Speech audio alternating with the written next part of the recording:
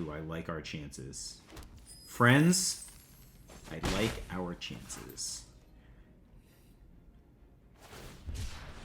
Discard Xander's Lounge to draw. But there's almost nothing they can draw that I care about this turn. They're probably just going to play Shieldred, right? We drew the sweetest anti-Shieldred card. They have 4 non-basics.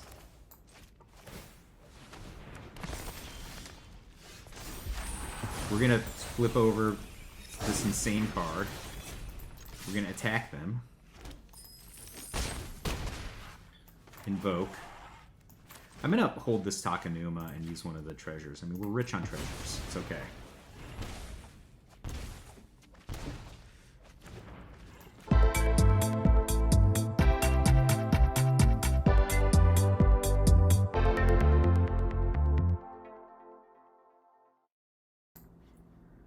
Today we're going to talk about Rakdos Planeswalkers. This is a deck that a lot of people had just never seen or heard of before. I hadn't heard of it before the regional championship in San Diego last week. I played against it, and when I saw the deck list, I was like, oh my god, this deck is absolute hell for the kind of deck I'm playing. It has 4 main deck cut down, as well as other point removal, like Go for the Throat, etc. I started with a deck from Magic Online, and I modified it a little bit.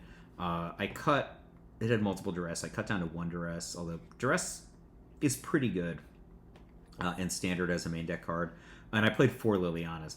The really defining thing about this deck is this insane block at the 3. So it has 4 copies of Ob Nixilis, the Adversary.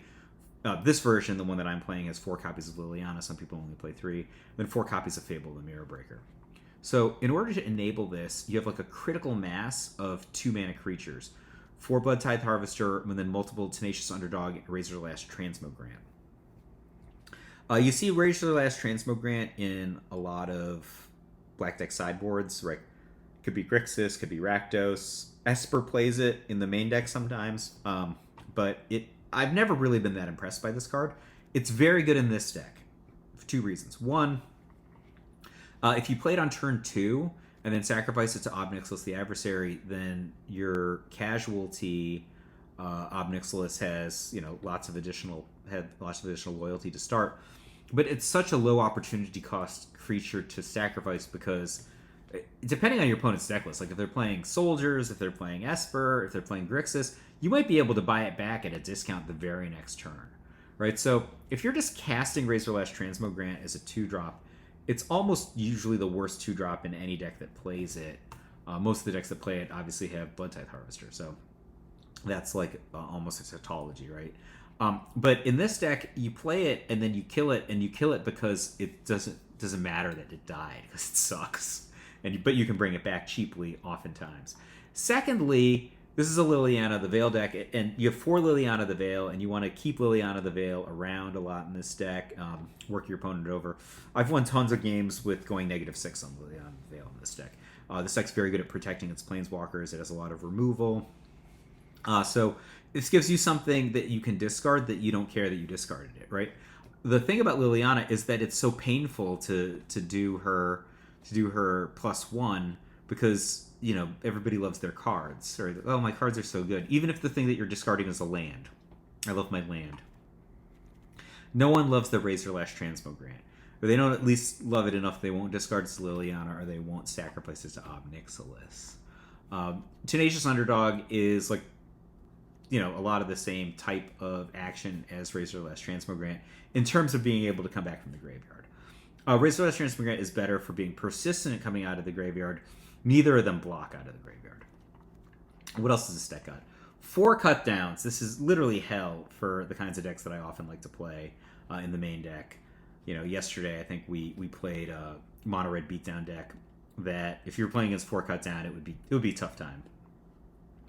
In addition to Abrade and 3 Go for the Throat, so an absolute bucket full of instant speed, point removal for creatures.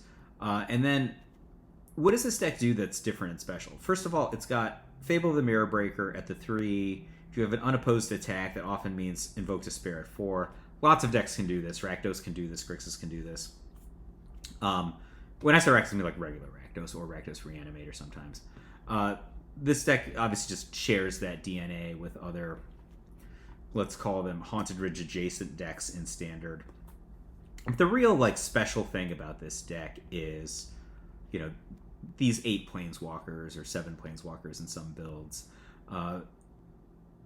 Look, a lot of the format is just not equipped to deal with a critical mass of Planeswalkers in play, right? So mono white control or Boros will often have 3 or more Planeswalkers in their deck. You know, some builds have 3 copies of just the Wandering Emperor. But this deck will often operate with like double Ob Nixilis and Liliana in play all at the same time. And that is a tough cover for decks whose removal is very commonly just go for the throat, things of that ilk. So if you're playing against kind of mid-range-ish controlling decks, this deck is an amazing grinder for those kinds of decks, especially black decks. Your mileage is going to vary against Wedding Announcement based decks. Like Invoke Despair is not particularly good against a deck that just be like Wedding Announcement. They lose like maybe one significant permanent, and you've tapped 5 mana and didn't draw very many cards, right? So it's not great against those, but against black mid-range decks, black control decks, Ob Nixilis and Liliana in concert with one another are extraordinarily disruptive. Ob Nixilis puts your opponent on a clock. It is also one of the main reasons that I was scared to play against this deck with red. They can look at your hand, they can take away Burn Spell. They've got 4 cutdowns to slow down a red deck in the early turns, and then Ob Nixilis is just this life gain engine in the mid game. So that's really tough sometimes. All those things together, all those things happening at the same time. Ob Nixilis gaining life, dealing damage, potentially forcing you to discard, all for no mana, and then 2 at once, right? So when you cast this card with Casualty, you get 2 Ob Nixilis. All those things at once makes for a really, really tough scenario for the opponent. The upper limit of the power level of this deck is not the highest in Standard, right? So it has 4 copies of Invoke Despair. Some decks only have 3 copies of Invoke Despair. Invoke Despair is more or less the most powerful thing you can do in Standard that's reasonable. I would consider cards like Atraxa to be like a little unreasonable. Not that you can't do them, but they're just like, nobody casts them for normal, right? You're always gimmicking your deck somehow. You're playing cards that, that don't play well necessarily by themselves. You have like an Invoke Justice or something, and if it's not Atraxa, the thing that you're getting is terrible by comparison. Cruelty of Gix, that's actually a very good card if you're in a grindy situation, but it's really there just to get Atraxa. You're skipping over the first 2 chapters, so in that sense it's like an overcosted Zombify. So of the things that are reasonable or not gimmicky to do, Invoke Despair is about the best thing that you can do in Standard. This deck has 4 copies of it. Loading up the battlefield with powerful Planeswalkers and then chaining into Invoke Despair can put you in a really, really upper hand situation against most decks. This deck has a powerful life gain engine. It has great point removal against creatures. It is deceptively great against True Control because Razorlash Transmogrant absolutely punishes them. Like if they don't have Syncopate on turn 2, or their Permission Suite is something other than Dissipate or Devious Cover-Up, the Transmogrant is going to come back and get them. Those decks are typically full of non-basic lands that are going to turn Transmogrant cheap. And then in the main deck, we do have one Duress. Sideboard cards, which I don't have a sideboard built for just for this video, would be more Duress, more different types of point removal. You can do like a Demi-Transformation. Oftentimes people are going to bring in cards like Shieldred and Graveyard Trespasser. Right? So this deck can morph into a more conventional Rakdos control deck in certain matchups. So if you were going to play against Mono Red Beatdown, for example, Liliana and Razorlash Transmogrant are very bad in that matchup. Like Liliana, like she gets her money kind of, right? So she can typically take out a creature, but it's inefficient. The opponent gets to pick which creature it is, and God forbid they have a squee, versus go for the throat or cut down, which kill a mono red creature for 1 or 2 mana. She's doing it for 3, and they get to pick which one it is. So Transmogrant can't block. lack of offense is not the problem that this deck might potentially have in the mono red matchup. So you could just take out Razorlash Transmogrant and Liliana, and then swap in Shieldred and Graveyard Trespasser, and you have a deck that just classically very good against red, or at least very solid against red.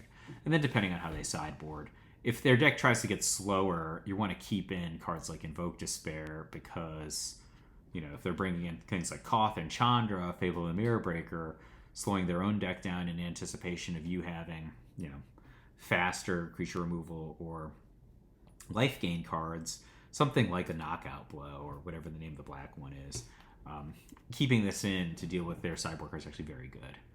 What are we going to see today? Standard event, we're going to play best of one.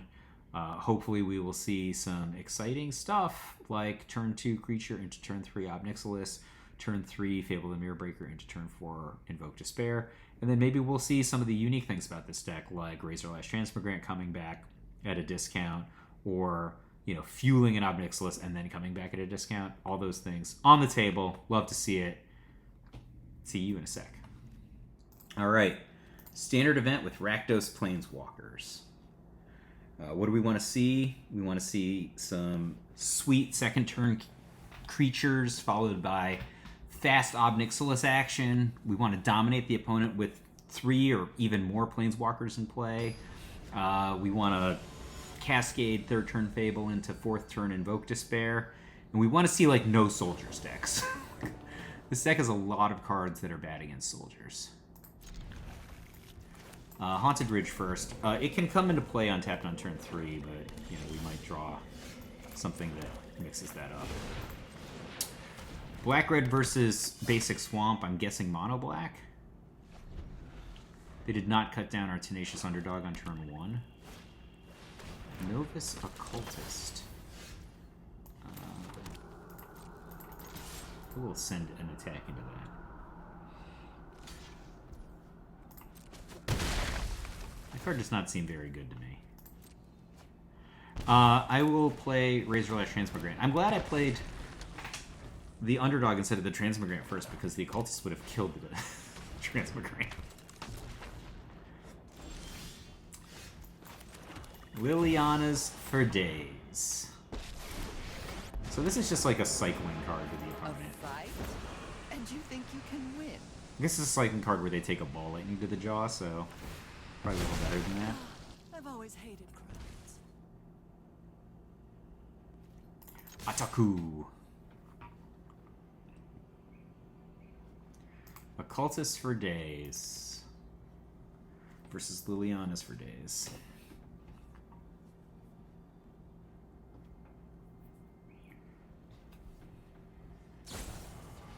March of Wretched Sorrow on Liliana. They don't know we have another Liliana. We're gonna play Obliterator here. We're gonna Liliana it. It's gonna be awesome.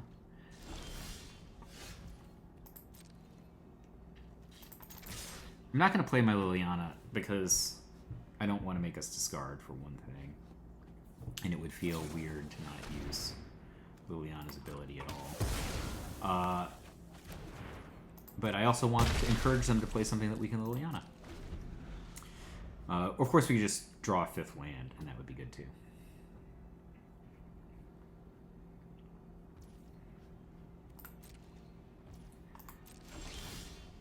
There's a 5th land.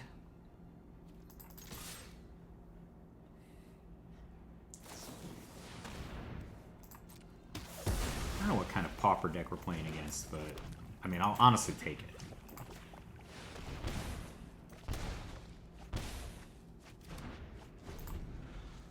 March of Wretched Sorrows is a rare. I don't think you can play that in pauper. No Way Out.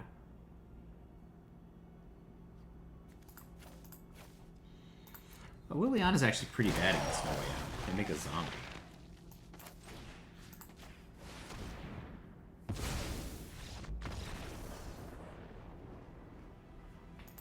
That was kind of a freebie. I'll take it, though.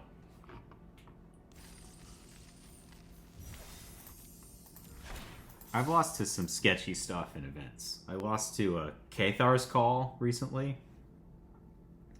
I've lost to a deck with Skrelv's Hive and non-poisonous creatures. Just randomly, like, token making. I guess it's okay with Mondrak. Keep 7. This hand is... I think it's not bad enough to mulligan, but it's kind of bad because it has 2 cards that only make red. Cut this guy down. You can't go for the Throtum anyway. I mean, you certainly want your first red to cast Fable the Mirebreaker, but second red mileage will vary. Skrelv's Hive, Speak of the Devil. If he cannot answer Fable the Mirebreaker, we're gonna have a pretty good turn 4. Depending on our land situation, I should clarify. What's his best play? Like Contaminator? This is dead. That's dead. I think I'm just gonna decline.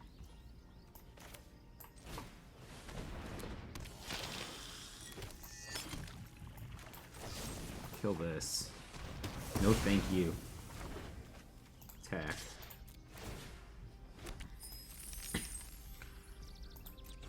So, depends on how the next turn is going to go, right? We have a machine gun situation with Reflection of Kiki-Jiki plus Bloodtithe Harvester in a turn. Slaughter Singer. That card is really powerful.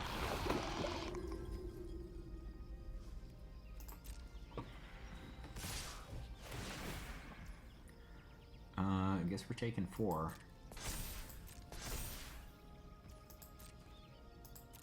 I mean, I'm honestly tempted to kill it with Bloodtithe.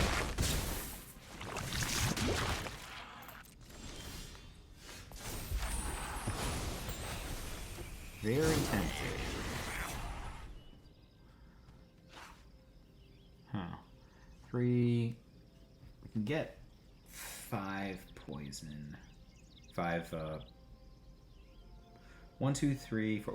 We already have enough black mana to cast Invoke Despair. So that's non-issue. I'm going to attack with this token and see if he trades. Wisely, he does not. Now I'm going to cast Invoke Despair.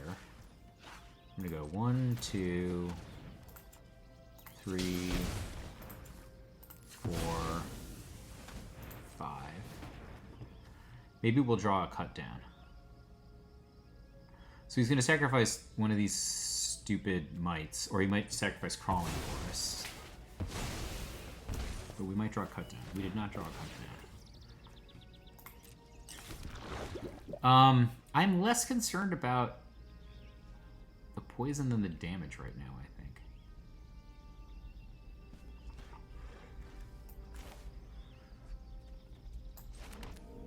I think it's just about being patient here.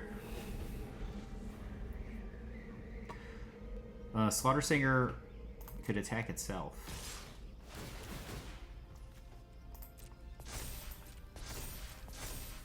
So that's 8 damage and 1, 2, 3, 5. I'm gonna take it. No blocks. No fear.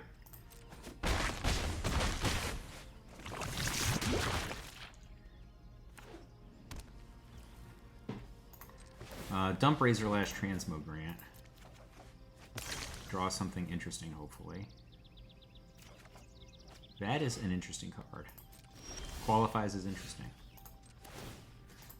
Make this. So we're going to get a blood from doubling up the Bloodtithe Harvester, which is good.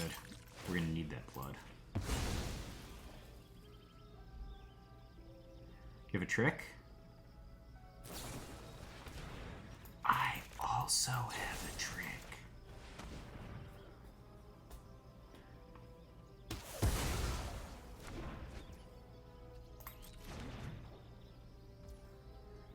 And what's better? I think this is better.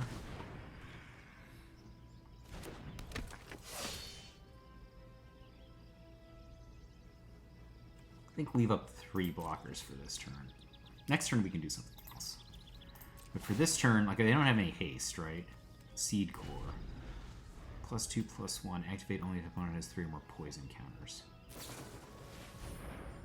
Well, that's pretty good.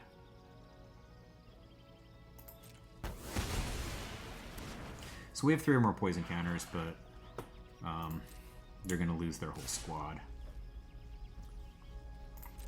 I think I'll block like this. If you give me the option.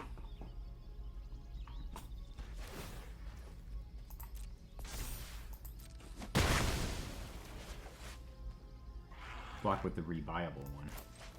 Speaking of rebuyable.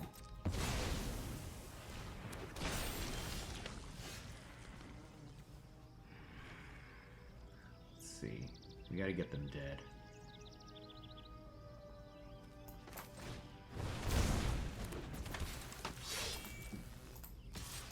These two. I don't think they have a lot of haste in their deck. Not having a lot of haste in their deck is good for us. We can go down kind of low. Alright. That's just a blocker. Just to be clear. I think they should have attacked with all 3 last turn. Skrelv's Hive. Lifelink. Lifelink and cannot block.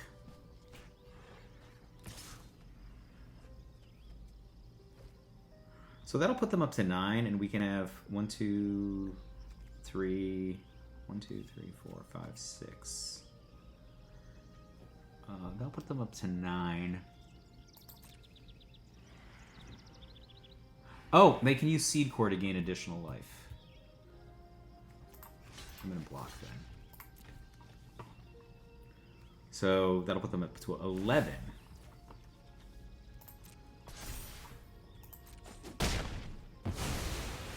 That's very different than 9. Okay. There's going to be a point where we can't do this for very much longer. Attack with these 2 gentlemen.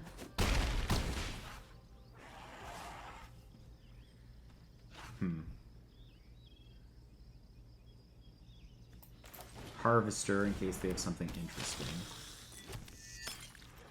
And end the turn. Draw something good. A land. We can cash these cards that we might not want in with blood tokens, though. Yeah! That was pretty close. Skrelv's Hive is a pretty good card. If you have the initiative, you can just gain so much life. And the opponent just can't get out from under it very easily. Like, just any amount of poison can be just so deadly. If you just take 1 poison, you can die to proliferates. Like, just taking a single trigger off of a Rot Priest is like putting you from 20 to 9. Keep 7. Blackcleave Cliffs, opener. Theoretically, we could play Blackcleave Cliffs any time in the first 3 turns, and it wouldn't have any downside relative to the other lands in our hand. But that changes when? If we draw an additional Blackcleave Cliffs. So, we should always strive to play the correct land. This is the easiest way to just not throw away a game in Standard. The mana bases in Standard are very complicated. Even one like this, I actually just changed this deck today, I think. I probably said so in the opener. Where the list that I saw online had multiple basic mountains. I was just losing games that I just didn't think I should lose, and they were because I had basic mountain in my deck. And I just draw like a mountain, a Sokenzan, or 2 mountains. Obviously, we're going to be very happy to trade a cut down for a Razorlash Transmogrant, unless they play a Graveyard Trespasser. Alright, I'll bite. I mean, the scripted good play is Fable the Mirror Breaker there, but I'll bite. They probably have it. Ooh, Shieldred and another Bloodtithe Harvester. So their play is Bloodtithe Harvester. Our play is cut down Bloodtithe Harvester. Then we draw Fable and pray for land. And hope we can somehow beat Shieldred.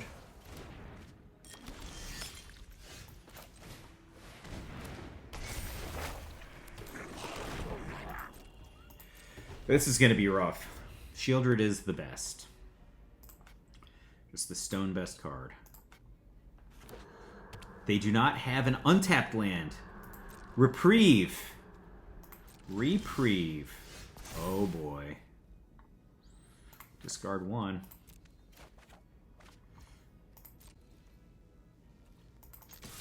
Ooh, I like our chances.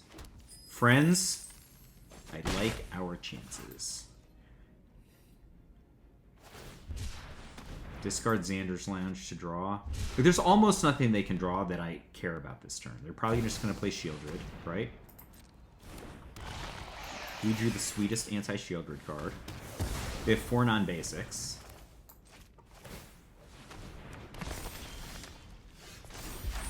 We're going to flip over this insane card. We're going to attack them. Invoke. I'm going to hold this Takenuma and use one of the treasures. I mean, we're rich on treasures. It's okay.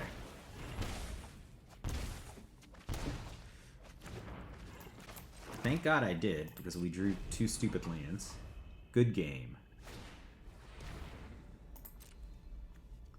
Should I just abrade one of his blood tokens in response? Bloodtithe Harvester. Not good enough. Okay. Man, that Shieldred coming into play on turn 5 instead of turn 4 was insane. Big fan of that happening. Were we on the play that game? If so, big fan of being on the play. I don't know if I mentioned this earlier, perhaps in this video, but I do not recommend going second. Going second, like if you have the choice, just don't do it. It's not good. You will enjoy yourself more if you go first. Your opponents will enjoy their games less. Opponent goes first. Terrible.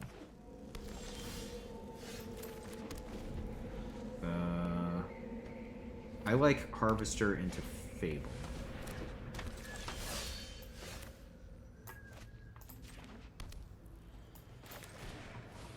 I like not trading here. He could have a Corpse Appraiser, so I'm not going to trade.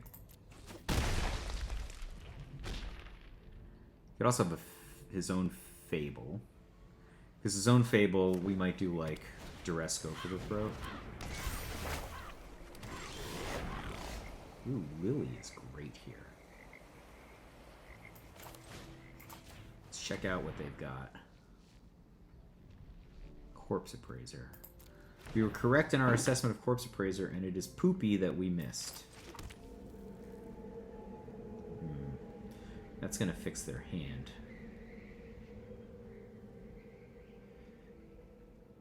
If we attack, do they trade? I mean, they almost certainly trade, right? Like, I think we have to do it, because, like, otherwise they're just going to attack us, and then what, are we just going to let them have a Fable token all day? Well, they didn't trade. For some reason, they don't want free cards. I guess they could just draw a creature, discard creatures, and get a free card from Corpse Appraiser. This algorithm is unclear to me. All I know is we are not ahead. We're not horribly behind, but it's not great.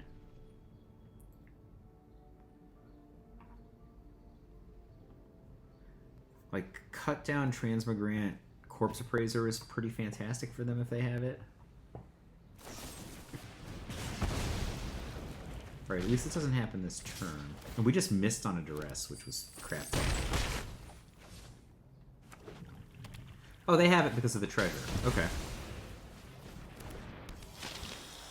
Alright. Terrible.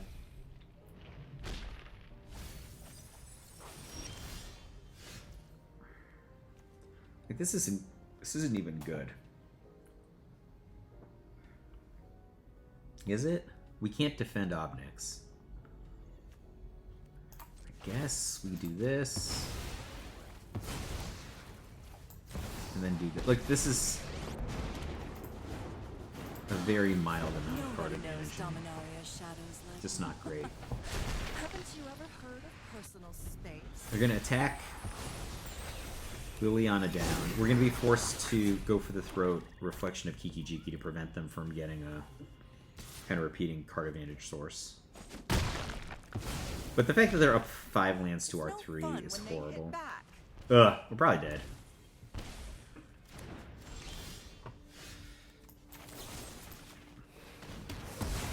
If we didn't do that, they could just kill us with damage from Corpse Appraiser and Corpse Appraiser. Oh, we're dead to the Tenacious Underdog anyway.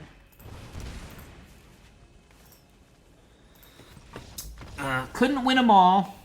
Still alive, though. Still alive in this event.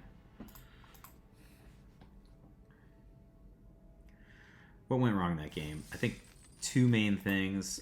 We missed on our Duress, and then their initiative was so much better than ours. I think it's feasible that we should have just cast Fable on turn 3 and just accepted that their initiative was better, and then used Fable, hopefully, to draw into lands. We obviously ended that game in the wrong direction with only 3 lands in play. So Fable might have changed the complexion of that game. It wouldn't have helped us hit land drop that turn. We know that there were not lands in the top 2 cards. But missing on Duress and then just their initiative being so much stronger was the main thing. Opponent goes first. We know about how well that goes sometimes. Just don't be soldiers. Blue, red. Could be Grixis. Could be Grixis. Man, this Duress is taunting me. Is it probably like Wandering Eye or something?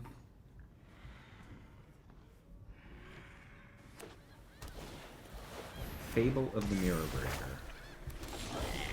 A very strong Magic the Gathering card. Sacrifice your Goblin token. One of your friends has to leave. Attack. So we have a sweet discard from Razorlash Transmogrant. It is a pretty decent likelihood that we'll be able to buy that back at a discount this turn. So unless they play like a basic island or something, we're going to have a really good position with Razorlash Transmogrant. And we also have this Blood token. A Blood token can help us draw into lands. Okay, discarding Depopulate. What deck is this? It's like 4-color control? 5-color control? Is there green? These decks... Well, I don't know. When I say these decks, I have no idea what I'm talking about. The kind of 5-color control decks typically start on green. Okay, it's 5-color control. And we have a discount on Transmogrant already. Submit that. We all have things we'd rather forget. Duress your Wandering Emperor.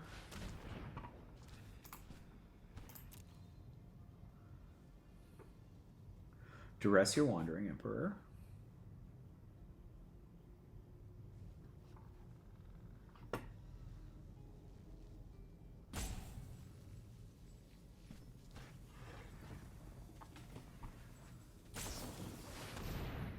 Unleash the Inferno.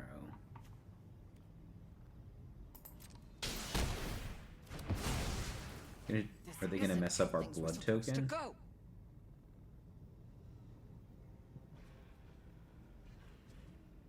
I'm going to let them have that.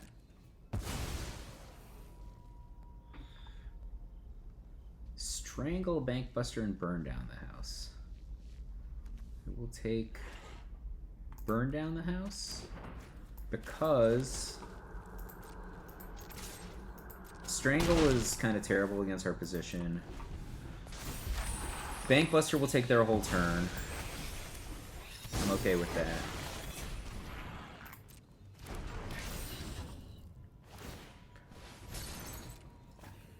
And we are gonna rock and roll. Discount Drug Mart over here. Big Invoke Despair. Kill your best card, draw 2 cards. Smash you for 7. If they don't have a permission spell, they're already dead.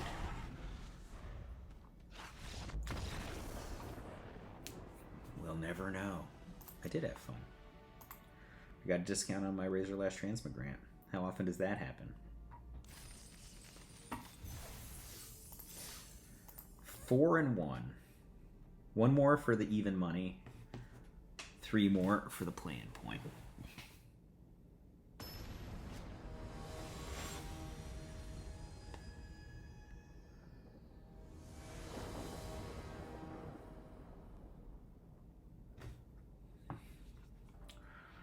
Opponent going first. Let's hope they're not true control. Ooh, soldiers. I never like to play against soldiers. I do not mind it this one particular time my entire life. Valiant Veteran. Die.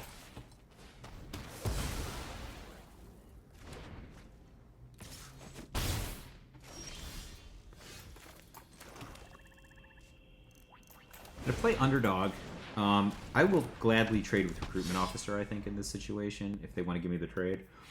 Because if they have Thalia, I can't cast Go for the Throat anyway. Harbin.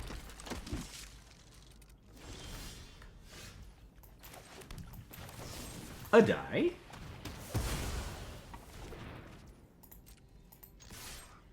No. A wise man wrote an article once called Who's the Beatdown? You may have heard of this article. Siege Veteran. A die?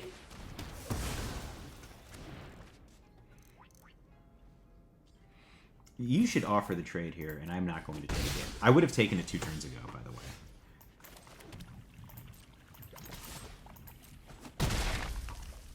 But now, I can kill whatevs. Faithbound Judge? At the beginning of your upkeep, if Faithbound Judge has 2 or more Judgment counters on it, put a Judgment counter on it. As long as Faithbound Judge has 3 or more Judgment counters on it, it can attack as though it didn't have Defender. Okay.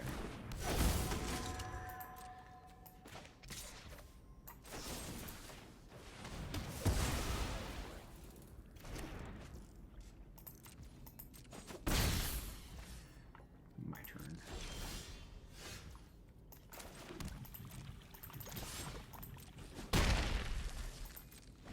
Are we going to win this race? He has 3 cards now to our Drogskull Infantry. Resolute Reinforcements. We have to go back to D. He can actually just start drawing extra cards with that. Autopay.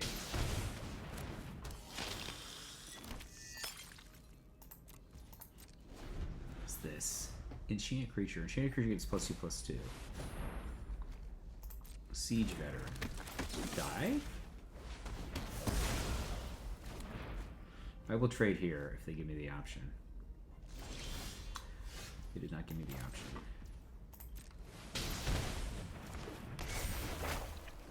Is that a weird tap by the auto tapper?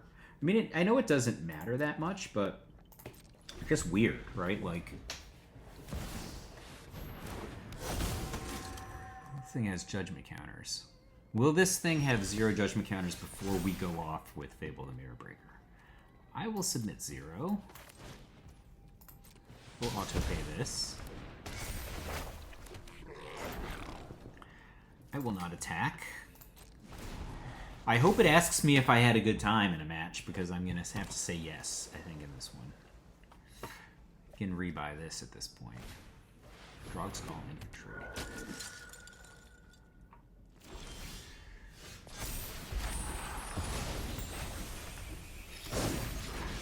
I will discard up to 2 cards. Wish I could have discarded more than 1. Okay. Faithbound Judge. At the beginning of your upkeep, if Faithbound Judge has 2 or fewer judgment counters, put a judgment counter. As long as it has 3 or more, it can attack. So, can't attack yet. If we attack with this, it's dead. So we should not attack with that. No attacks. End of turn. I think he should have attacked last turn. So many Faithbound Judges. So we're going to actually have to use time to kill these Faithbound Judges, I think, instead of going off properly with our Bloodtithe Harvester. Sorry, with our Reflection of Kiki-Jiki combo. I will do this now. And kill this Judge. I am not certain why our opponent... Actually, I'm not about taking damage right now.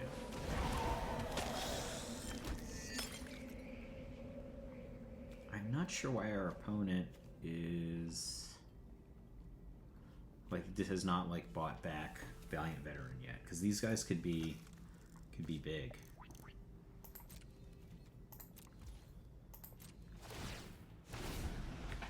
After next turn, it's going to be bad times for Kresge 88.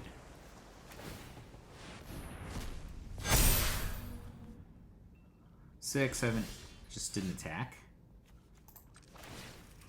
That can't be right.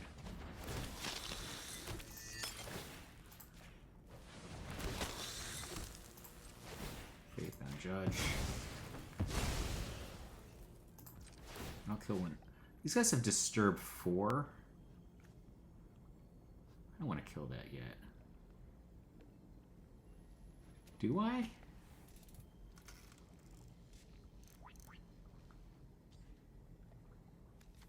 I guess I do. I'm gonna discard this swamp.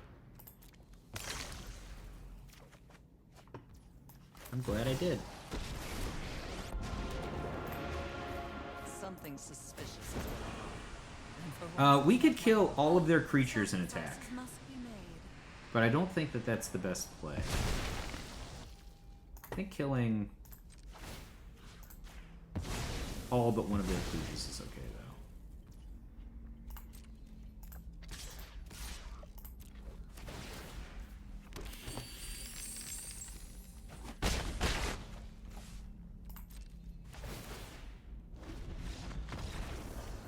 Ask me if I had fun. Ask me.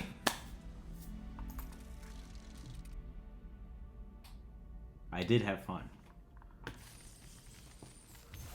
Like, that wasn't the usual, like, mono Horrible People Soldiers deck, but it was, like, close enough. They played Siege Veteran and Resolute Reinforcements. I don't know about, like, these Faithbound Judges and Drogskull, like, rebuy guys. Maybe rebuying is good. Maybe it's just a thing that people don't do as much, but it could still be good. Like, Sam Black plays a lot of cards that other people don't play they're still good cards, they're just not as popular. I don't think so, but I still think that, like, they were in the neighborhood of the bad people. Opponent goes first. We've got our 5 wins already. So, still, we had some soft opponents this event for sure, though. This opponent, Phoenix Chick. All right.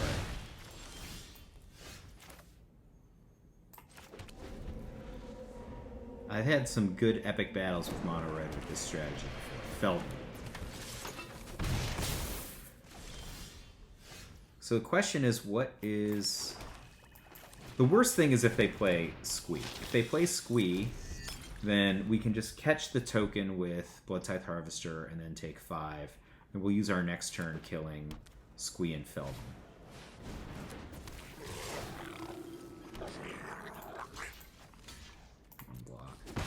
Taking 5 stinks.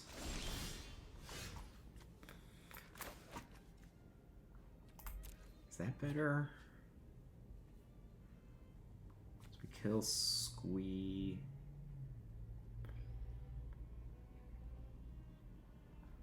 Kill Squee and Feldon.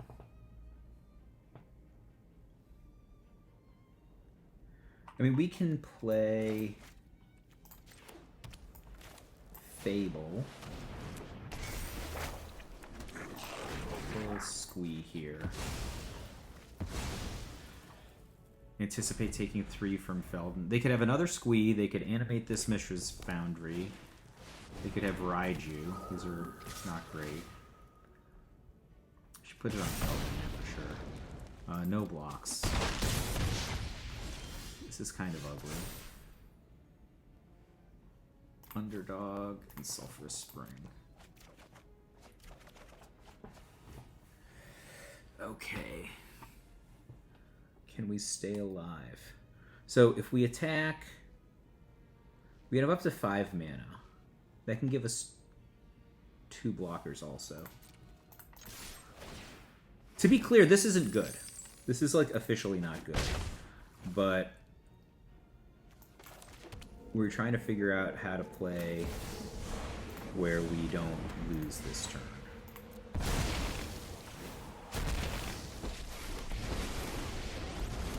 I've conquered entire plains. One city. You work for me now, Runt. Alright, so we go to 5. Oh, they didn't discard. Maybe they have like a burn spell. We have both cut down and go for the throat access. My bias is to...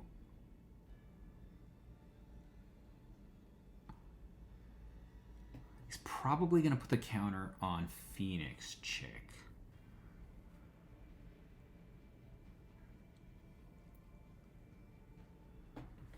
Put ourselves in a block take 3 situation.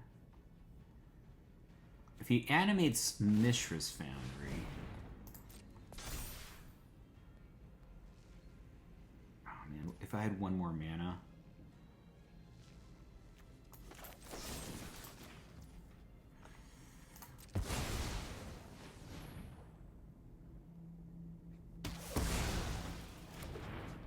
I think he should attack the non-legendary Ob Nixilis. Like, he can definitely... He's just attacking us.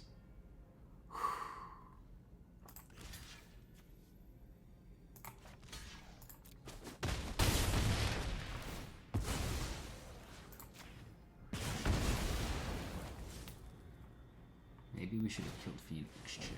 Oh! That's a good game. Don't think you're some big hero. That was a good game. That was a very good game. Nice sneaking in the last damage. Like, the red deck is so cerebral to play. I think like it's just the opposite of the white aggro decks. Opponent goes first. This hand cannot be kept. It just would point out how bad this is. Right? Just even exclusive of the fact that the rest of our cards are black. Just having... These are the only 2 lands in the entire deck, mind you, that only tap for red. I will keep this.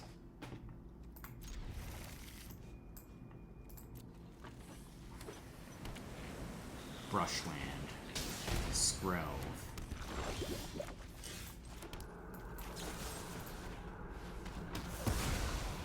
I mean, I don't really respect Skrelv that much, but it's better than him having like a Tyvar stand.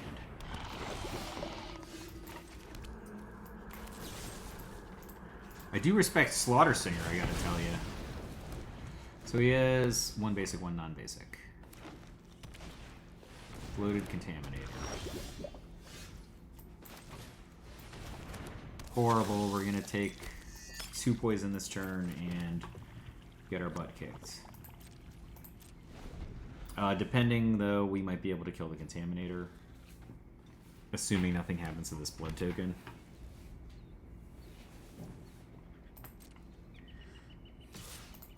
Speaking of blood token, first blood goes to the opponent.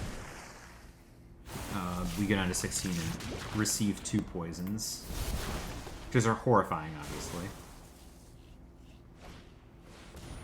Annex Sentry. Surprisingly not the scariest thing that could have happened to us. So he has no cards? He has 1 card? I mean, if it's not Tyvar's stand...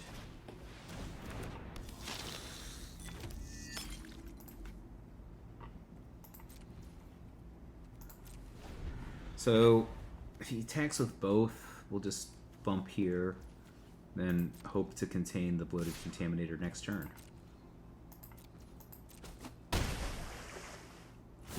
I think if he had Tyvar Stand, he would have attacked with both. Oh, maybe not. He knows that we can interact profitably with Bloodtithe Harvester. Rot Priest. Horrible. Oh. Dead. Might be dead.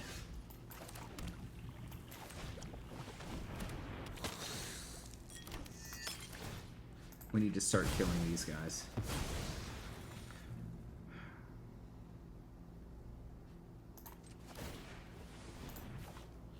If we get a cut down off of this, it'll be worth it.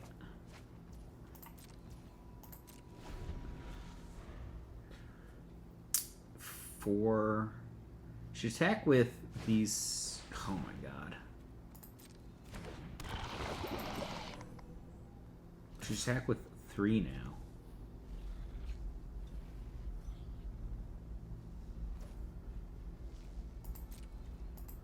We can't block, obviously, so we're going to go to 6 poison, which is horrible given this battlefield. They just drew so perfectly.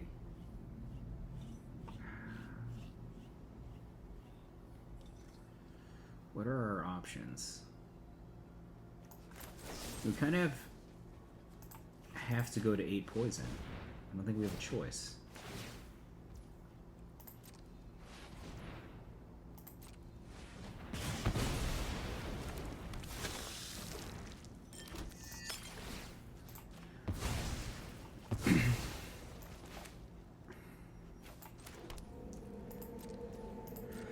I mean, he should stack with... he could just have anything to kill us. Like, a Tyvar Stand kills us. Jawbone Duelist. Does not kill us. It's not good.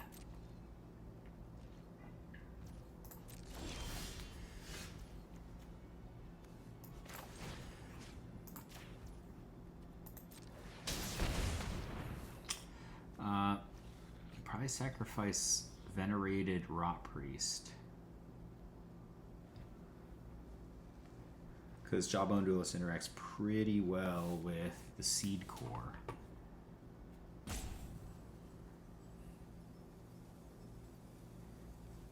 Alternately, he could sacrifice Jawbone Duelist and put us to not dead. Liliana, okay.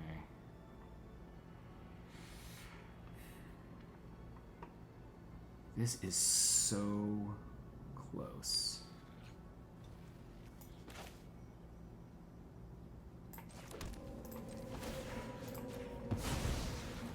He can put us to 9 poison this turn. We need him to blank, basically. Sokenzan has text, but we kind of need him to blank. We need him to blank for like 2 or 3 turns. He did. Oh, he really didn't blink. Okay. We can play. If we play Underdog, we can play Underdog and Sokenzan. We have a chance.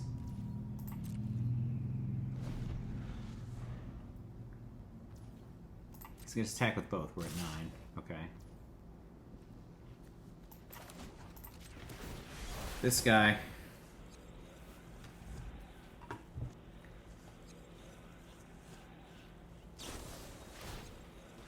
Oh, we already had it.